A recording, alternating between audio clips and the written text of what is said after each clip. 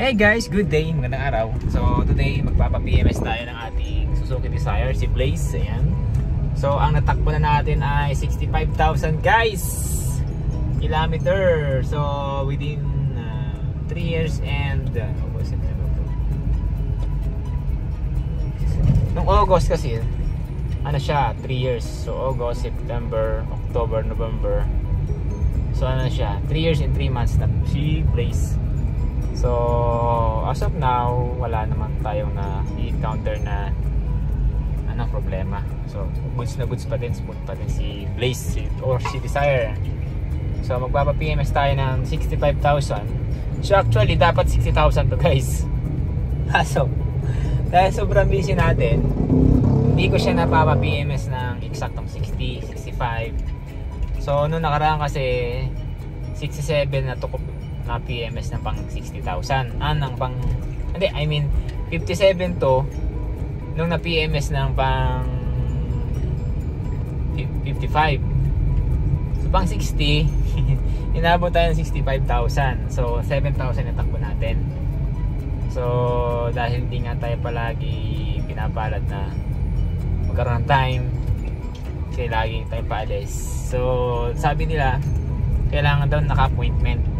Eh madalas naman kasi ako nag-ano doon na walk-in kasi nga sa schedule ko minsan kapag nagkakataon na free time or may free time ako, along the way ako sa Suzuki Carmona, dumadaan na ako, then nasasaktan naman na walang masyadong client, kaya ginagawa nila PMS na nila. So ano nakaraan, binigyan nila ako ng quotation sa 60,000 kilometer na PMS. Ang binigay nilang quotation is 13,000. So maraming gagawin dito. So tingnan natin kung may mapapatanggal pa tayo, hindi naman yung importante kasi mahalaga lang naman dito yung brake, yung engine oil natin, sa filter. Then usually talaga pag 10,000 pinapalitan nila ng spark plug. So tingnan natin guys kung anong mangyayari. Okay, tara, samahan niyo ako. Ayun, nandito na tayo sa Carmona Casa. So tingnan natin kung pwedeng walk-in. Ay, sana pwede. So wala tayong ibang time. Yan lang. Si Manong Guard, tingnan natin kung pwedeng walk-in. Good afternoon po. PMS po. Naka-appointment ko ba kayo? Wala po eh. Ibig sabihin walk-in. Pangalan ko na mayari.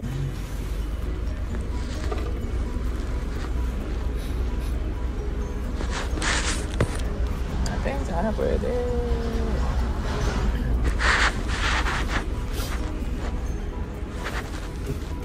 Pag. Yan, maluwag oh. Sino naka... May ulit.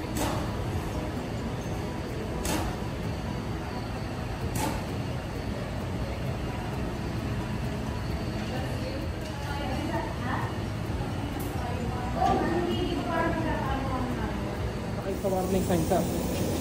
Nandito na kayo sir. Lahat yan, apat. Opo sir.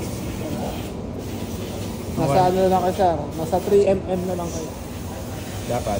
Dapat ang kapal ng brake pads natin sir pagbago ay 12mm. 14mm sir. Beto. Ganito ka kapal. Layo pala no? Layo sir. Ito yan.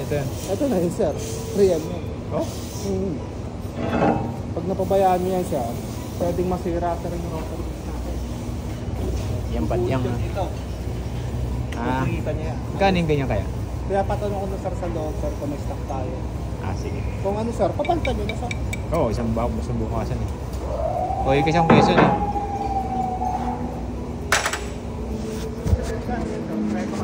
Kaya... Malakas pa naman. Malakas pa.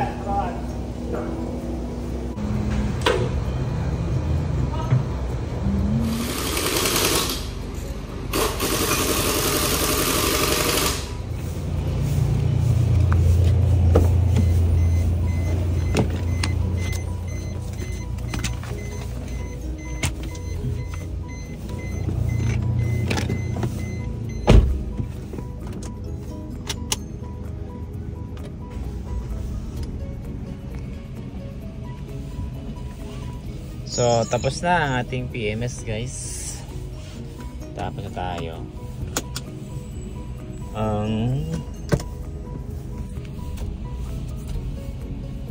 Hindi man lang nila nilinis. So ayun, natapos na ang ating PMS mga guys, mga kois.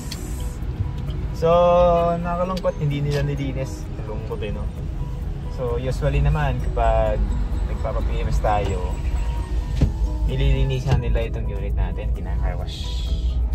So hindi sila naglinis ngayon. Hindi ko lang alam kung bakit.